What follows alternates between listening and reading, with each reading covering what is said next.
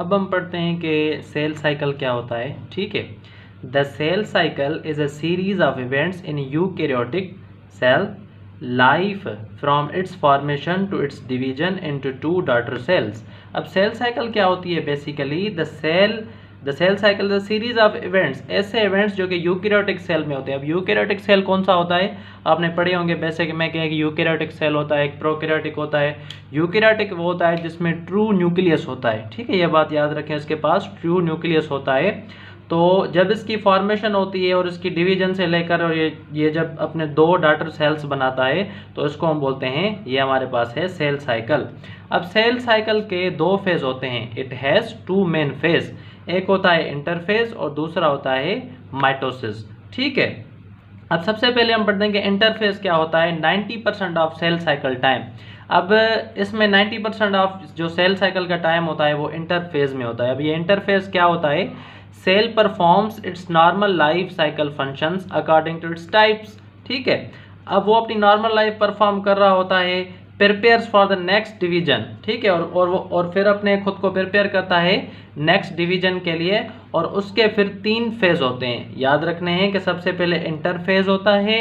Interphase में cell क्या करता है? खुद को तैयार करता है डिवीजन के लिए। और उसके फिर 3 फेज होते हैं। सबसे पहले कौन सा फेज होता है? सबसे पहले जो हमारा फेज होता है उसको हम बोलते हैं G1 फेज। क्या बोलते हैं बेटा? G1 phase. इसको फर्स्ट गैप फेज भी बोला जाता है। स्टार्ट आफ्टर माइटोसिस एंड, जब माइटोसिस एंड हो जाता है तो ये स्टार्ट होता है। आल्सो कॉल्ड ग्रोथ फेज, इसको हम क्या बोलते हैं? ग्रोथ फेज भी बोलते हैं। माइटोसिस, अभी मैंने आपको बताया कि माइटोसिस क्या होता है। सेल क्या बनाएगा? Cell makes proteins and organelles increase in size. G1 phase में क्या करता है? जब माइटोसिस खत्म हो जाती है तो इसको हम ग्रोथ फेज भी बोलते हैं। और सेल प्रोटीन्स बनाता है, ऑर्गेनल्स बनाता है। पता है ना, सेल में पूरी जितनी भी ऑर्गेनल्स होती है वो बनाता है और साइज में भी इंक्रीज हो जाता है। तो इसको हम बोलते हैं G1 फेज। उसके बाद क्या करता है? Produce enzyme needed for DNA replication and S phase, यानी कि सेल पूरी अपनी ग्रोथ कर और वो एंजाइम, अब क्या होता है, ऐसे तो नहीं होती ना सेल डिवीजन, पूरे सिग्नल जाते हैं डीएनए के पास कि भाई अब हमें सेल चाहिए, न्यू सेल चाहिए बॉडी में। तो ऐसे पूरे सिग्नल मतलब के जाते हैं। ऐसे नहीं, तो वो भी इनको एंजाइम प्रोड्यूस करने होते हैं या कुछ ऐसी प्रोटीन्स जो एस फेज में हमें चाहिए। अब एस फेज क्या होता है?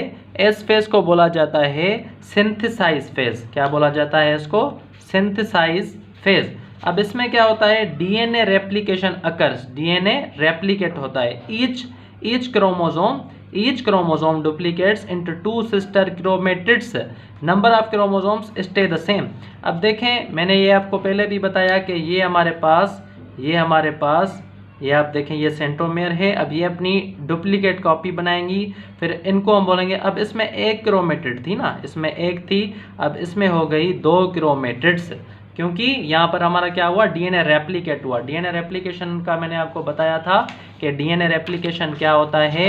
What is DNA replication? Process by which cell make an identical copy of its DNA before it divides. ठीक है, तो ये हमारे पास क्या हो गया? ये हमारे पास हो गया डीएनए रेप्लिकेशन। ठीक है, उसके बाद कुछ और बेसिक सी चीज़ें हैं, जैसे कि 46 क्रोमोसोम होते हैं हमारे सेल में और 23 का पेयर होता है। 23 का पेयर होता है। एक से यानी कि 1 से 22 जो क्रोमोसोम होते हैं उनको बोलते हैं हम ऑटोसोमल, यानी कि ये हमारे बॉडी के क्रोमोसोम होते हैं। ठीक है, और उसके बाद एक पेयर जो होता है हमारे पास वो सेक्स क्रोमोसोम होता है। सेक्स क्रोमोसोम कौन सा? X and Y। अब जो फीमेल में होता है वो होता है XX, इसको हम बोलते हैं, ये जो XX वाला ये फीमेल में होता है और XY वाला जो पेयर होता है ये मेल में होता है। यानी कि एक पेयर हमारे पास कौन से होते हैं? एक पेयर हमारे पास सेक्स क्रोमोसोम होते हैं और 1 से 22 तक जो होते हैं वो हमारे पास होते हैं ऑटोसोमल। ठीक है, तो ये बात भी आपको याद रखनी है। तो आई होप कि आपका G1 phase, first gap phase और S phase, synthesize phase clear हो गया होगा, जिसमें डीएनए क्या करता है? रेप्लिकेट करता है और अपनी सिस्टर क्रोमेटिड्स बनाता है। उसके बाद क्या होता है? उसके बाद स्टार्ट होता है G2 फेज। कौन सा फेज स्टार्ट होता है? G2 phase. इसको हम क्या बोलते हैं, सेकंड गैप फेज।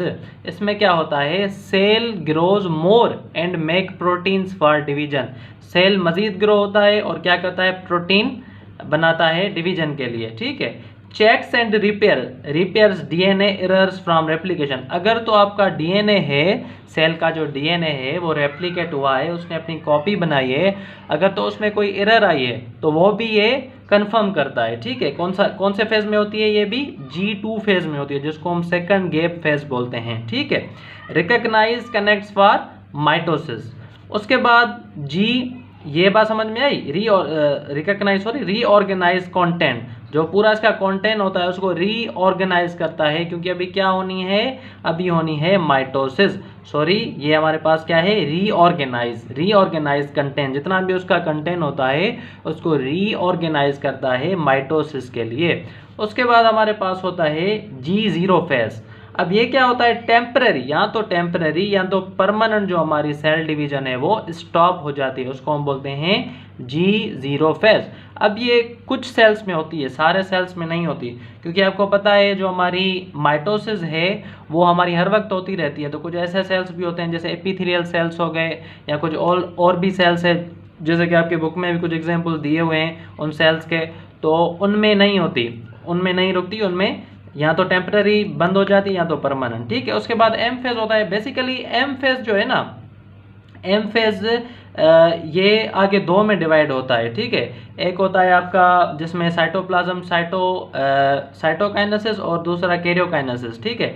तो एम फेज क्या होता है, एम फेज को भी हम क्लियर कर लेते हैं, शॉर्ट लिखा हुआ है, the cell divides its genetic material equally into two new identical cell. इसको हम एम फेज बोलते हैं, ठीक है। एम फेज में क्या होता है कि जितना भी जेनेटिक मटेरियल होता है वो इक्वली जो दो न्यू सेल्स बनते हैं, आपको पता है ना कि माइटोसिस में 2 सेल्स बनते हैं, 1 से 2 डॉटर सेल्स बनते हैं, तो उनमें इक्वली जो जेनेटिक मटेरियल है वो डिवाइड हो जाता है, तो उसको हम बोलते हैं एम फेज, ठीक है। ये बेसिकली माइटोसिस में आता नहीं है, लेकिन फिर भी आप इसको क्लियर कर लेंगे, इसको हम एम फेज बोलते हैं। ये उसके बाद ही होता है, इक्वली जो डीएनए जेनेटिक मटेरियल होता है वो डिवाइड हो जाता है, ठीक है।